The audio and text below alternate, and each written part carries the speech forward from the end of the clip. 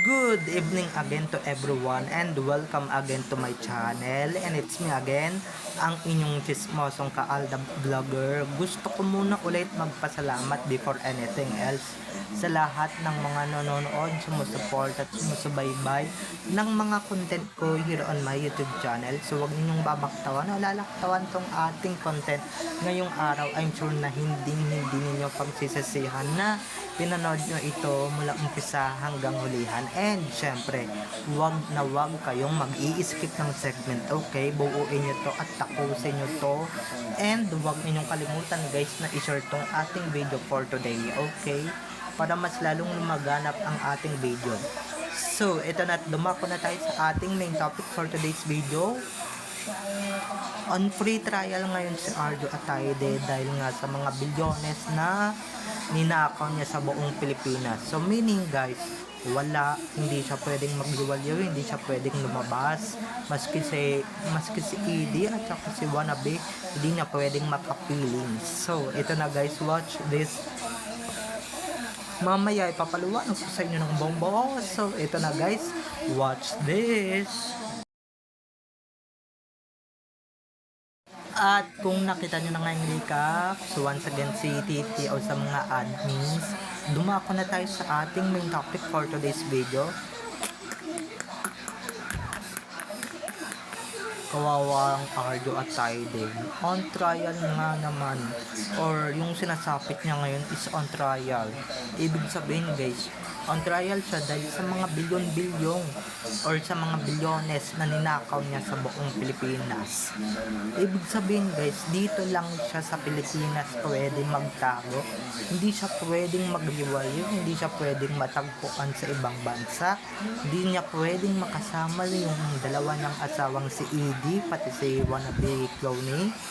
So meaning guys, siya lang talaga ang maski talaga yung pamilya niya, hindi na rin makagala, hindi na rin talaga makapagwalwal, hindi na makapag-shopping, hindi na makapag-mall, hindi na makapag-ganito, makapag-ganyan, di ba? Dati kadalasan nagmo-mall yan, nag-shopping yan, di ba? Nagliliwaliw yan, nagbabar pa yung mga yan, di ba? Nagsa-celebrate pa ngayon. Hindi na sila makapag-celebrate pa yung kapamilya nila. Siyempre, yung asawa ng mga baklang binanggit ko kanina is nasa free trial or sumasailalim sa free trial. Okay? So meaning yung mga bilyones na ninakaw niya talaga is talagang nasa trial ngayon, di ba? Or ibig sabihin guys, bawal talaga siyang lumabas ng bansa, maski dito man lang sa Manila. Kaya ayan, todo tago si Akla, di ba? Todo ano siya ngayon, todo tago siya ngayon. Pero kahit anong gawin mo, Akla, bawal ka pa rin talagang lumabas. Or should I say, dito ka lang talaga pwede sa Pilipinas, di ba? Kung dati nakakapagtago ka kung saan-saang bansa, kung saan-saan ka nagtatago, kung saan-saan ka nakapagkikita sa France, Italy, sa Greece, di ba, kasama mo pa yung sweetheart mong si Cloney, o kaya minsan si ED, di ba, kasama mo, di ba, nagpaparis ka pa. Pero ngayon hindi mo na magagawa yan kasi nga nakaharap ka sa kaso ngayon, nakaharap ka sa kasong theft, di ba, or sa terrified na pagnanakaw, di ba? At huwag ninyong sabihin hindi pa napapatunayan yun guys, marami ng patunay at receipt ebidensya. Kaya nga, ayan, di ba? Kaya nga, ingat yan si Arjo na lumabas sa ng kahit man lang sa Pilipinas, di ba? Nagsusumbrero siya, di ba? Nag-disguise siya, pero tignan niyo naman, minsan natatagpuan na lang siya sa isang lugar na tulala, di ba? Ang bilis talaga ng karma, no? Ang bilis talaga ng karma. Pagka talaga masama yung ginawa mo, masama talaga yung ugali mo, masama din talaga yung balik sa'yo. Kaya ayan, deserve niya yan, di ba? Lalong lalo na ngayon, yung mga passport niya, yung mga ano niya, hindi niya na magagamit. 'Di ba? Hindi na niya magagamit kasi nga bawal siyang lumabas ng bansa dahil sa kinakaharap niyang kaso at sa mga nakabinbin na kaso sa kanya laban sa kanya na hindi niya na kayang i-defend yung kanyang sarili. 'Di ba? So yun lang mga ka-Alab Nation, 'di ba? Na dati free siya makakagala di ba? Free pa siya makapag-post sa Instagram niya, free pa siya maski si Clooney, di ba?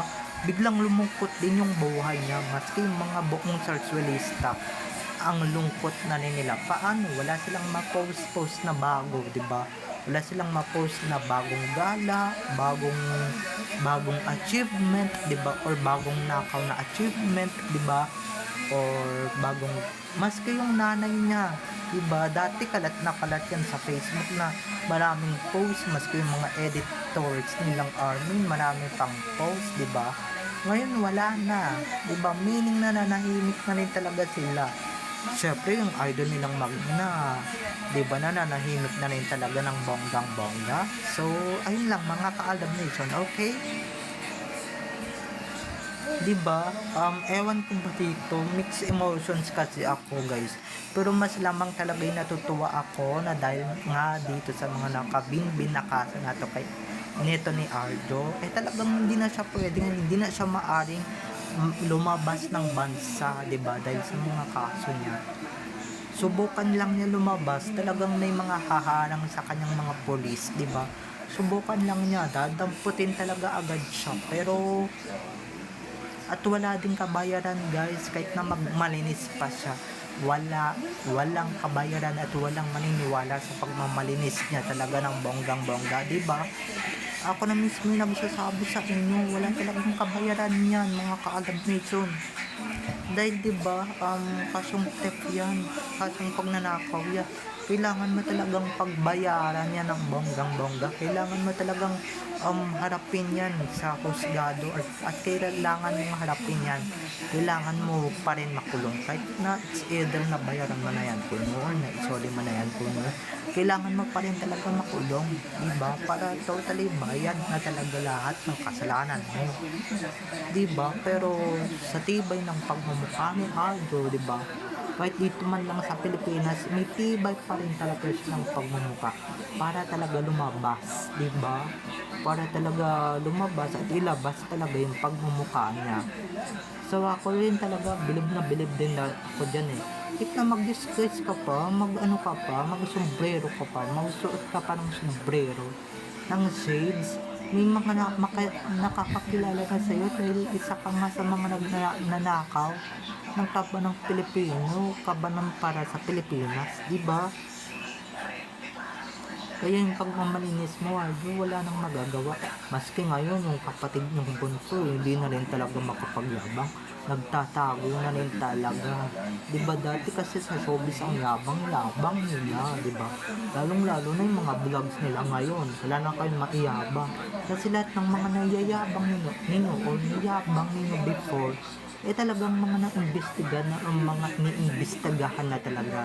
Diba? Mga ni-investigate na talaga ng husgado at syempre ng mga magagaling nating abogado and syempre magagaling nating mga police, diba? Ng mga police pala, sorry. Ng mga police, diba? Magagaling na mga police yung nag-i-investigate na dyan. So, lahat ng yan, proven guilty na yan, ng lahat ng yan, lahat ng mga binili nyo, ng mga gamit nyo, rep, bahay, etos, and syempre, ng kung ano-anong mga kasangkapan ninyo sa bahay, even the chopper of your younger sister, diba? They investigate this stuff. Kaya, diba, yung mga stuff na yun, syempre, mga ano na yan, nabuko din, diba? Na yung pera palang ginamit dyan sa mga pambili dyan is galing pala sa nakaw. Oh my God, mapapaganon ka na lang talaga mga ka-ADN mapapaganon ka na lang talaga ng bonggang-bongga, diba? Kaya ngayon, diba, imbis na nakakapagwalwal pa siya ngayon, diba? Kung hindi sana nagkabukuhan, nakakapagwalwal pa yan ngayon, diba? Nakakapag-post pa yan. wala na, biglang nanahimik eh. Di ba dati, nung hindi pa nang kakaalaman, nagpo-post siya ng nagsashopping silang dalawa ng kanyang wannabe wife, or should I say, kasi hindi naman sila naniniwalang hindi semento eh. Sige na nga, oo, semento para sa inyo ha, para sa inyo. Pero ako, I'm convinced 101% or 1000% na hindi talaga semento yung kasama niya. Pero para sa inyo, talagang mga nababaliw na talaga at mga nasisira na talaga ng bait. Siyempre, para sa inyo, semento yan. Kaya yun lang mga kapatid. Hindi ako na. Ako sabi naman, onte, nakuha kinig ako dyan. Yun nga. Pag ako nabash na naman dito, yun ang sabi ko sa iyo. Ayun nga, gaya nga ng sinabi ko kanina. Pero malakas yung boses ko, baka mamaya may mga ano na naman dito. Diyos ko po, manahimik na lang kayo. Pero eto, gaya nga ng sinabi ko kanina, kung dati nakakapagyabang sila, pinagmamalakihan nila tayo sa mga binibili nilang Chanel, Louis Vuitton, mga ref, di ba, mga helicopter, mga chopper, di ba, mga beach resort, di ba, mga ganyan. Eh yun naman pala, yung mga pinagmamalaki nila, na tayo pa talaga ang pinagyayabangan nila, is galing pala sa atin mismo, galing pala sa mga pinaghirapan natin, or talagang tayo talaga yung naghirap. Diba? Tayo talaga yung nagpakapagod. Diba? Tapos sila bilhin lang ng bili, nang hindi naman nila pinagpaguran. Diba? Lalong-lalo na upload sila ng upload yung pera na ginagamit nila pang upload is hindi naman talaga nila pinaghirapan, diba? So sino ba naman ang hindi maloloka doon, mga ka-ADN, diba? Maski yun, sana sa mga iniimbestigahan ngayon, ako.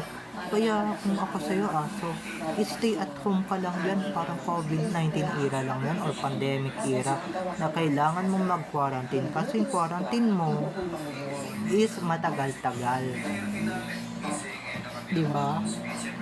Tagalan mo ng tagalan hanggang sa mabulok ka dyan. Dahil once na lumabas ka, baka humawak ka na ng rehas, diba? Baka humawak ka na ng mga rehas sa kulungan or ng mga steel bars, diba? Baka yun na yung hawakan mo, imbis na nakahawakan mo pa yung mga dati mong nakahawakang Louis Vuitton or mga kung ano pang mga perang pinagnanakaw mo or mga pinagbibili mo sa nagamit ang mga pera ng Pilipino, diba? So bye-bye na mga ka-ADN, I love you all, have a nice day, keep safe, and God bless everyone. Bye-bye, I love you all, enjoy watching, see you on my next videos, okay?